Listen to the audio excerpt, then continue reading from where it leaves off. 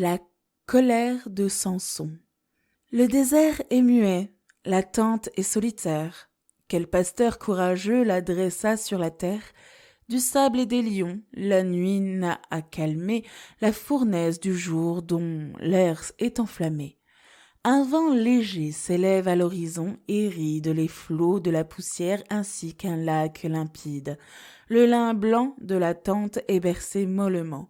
L'œuf d'autruche allumé veille paisiblement, des voyageurs voilés intérieurs étoilent, et jettent longuement 2 ombres sur la toile. L'une est grande et superbe, et l'autre est à ses pieds. C'est Dalila, l'esclave, et ses bras sont liés aux genoux réunis du maître jeune et grave, dont la force divine obéit à l'esclave. Comme un doux léopard, elle est souple et répand ses cheveux dénoués aux pieds de son amant. Ses grands yeux entr'ouverts comme s'ouvre l'amande sont brûlants du plaisir que son regard demande et jettent par éclats leur mobile lueur. Ses bras fins tout mouillés de tiède sueur, ses pieds voluptueux qui sont croisés sous elle, ses flancs plus élancés que ceux de la gazelle, pressés de bracelets, d'anneaux, de boucles d'or, sont bruns. Et, comme il sied aux filles de Hatsor, ses 2 seins, tout chargés d'amulettes anciennes, sont chastement pressés d'étoffes syriennes. Les genoux de Samson fortement sont unis comme les 2 genoux du colosse Anubis. Elle s'endort sans force et riante et bercée par la puissante main sous sa tête placée. Lui murmure ce chant funèbre et douloureux prononcé dans la gorge avec des mots hébreux. Elle ne comprend pas la parole étrangère, mais le chant verse un somme en sa tête légère. Une lutte éternelle en tout temps, en tout lieu, se livre sur la terre en présence de Dieu, entre la bonté de l'homme et la ruse de femme, car la femme est un être impur de corps et d'âme. L'homme a toujours besoin de caresses et d'amour, sa mère l'en abreuve alors qu'il vient au jour, et ce bras, le premier, l'engourdit, le balance, et lui donne un désir d'amour et d'indolence.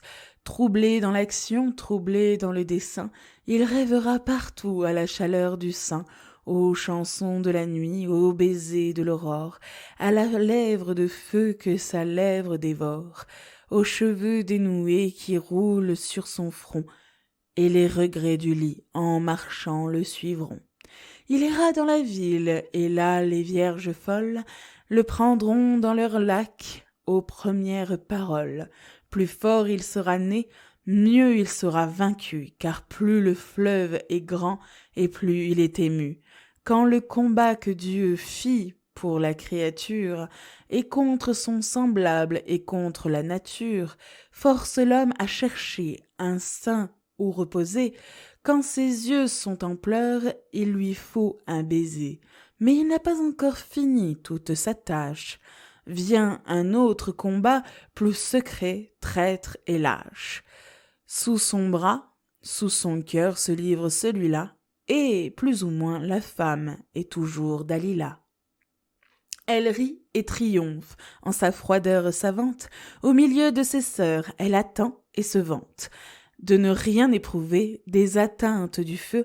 À sa plus belle amie, elle en a fait l'aveu.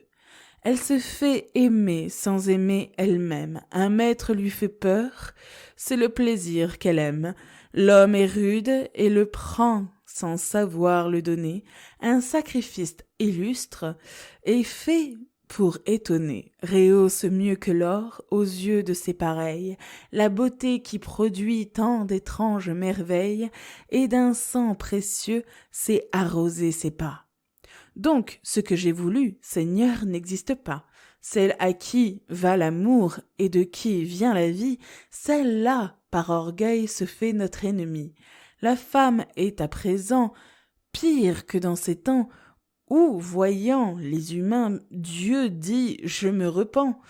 Bientôt, se retirant dans un hideux royaume, la femme aura Gomorrhe et l'homme aura Sodome.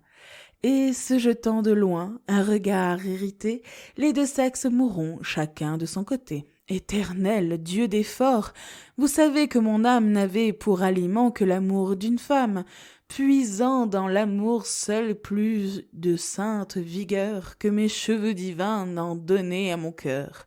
Jugez-nous, la voilà sur mes pieds endormie, 3 fois elle a vendu mes secrets et ma vie, et 3 fois a versé des pleurs fallacieux, qui n'ont pu me cacher à rage de ses yeux, honteuse qu'elle était plus encore qu'étonnée de se voir découverte ensemble et pardonnée, car la bonté de l'homme est forte, et sa douceur écrase en l'absolvant l'être faible et menteur.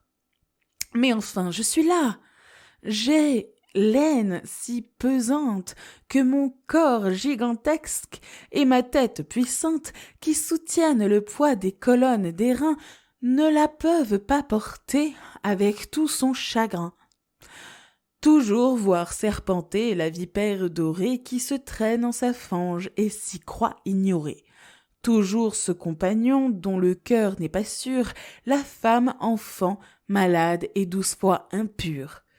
Toujours mettre sa force à garder sa colère dans son cœur offensé comme en un sanctuaire, d'où le feu s'échappant irait tout dévorer, interdire à ses yeux de voir ou de pleurer.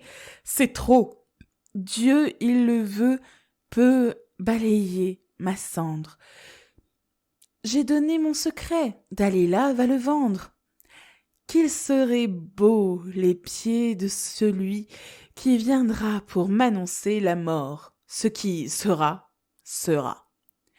Il dit et s'endormit près d'elle jusqu'à l'heure où les guerriers tremblants d'être dans sa demeure, payant au poids de l'or chacun de ses cheveux, attachèrent ses mains et brûlèrent ses yeux, le traînèrent sanglant et chargé d'une chaîne que 12 grands taureaux ne tiraient qu'avec peine, la placèrent debout silencieusement devant Dagon, leur dieu qui gémit sourdement, et 2 fois en tournant recula en sa base.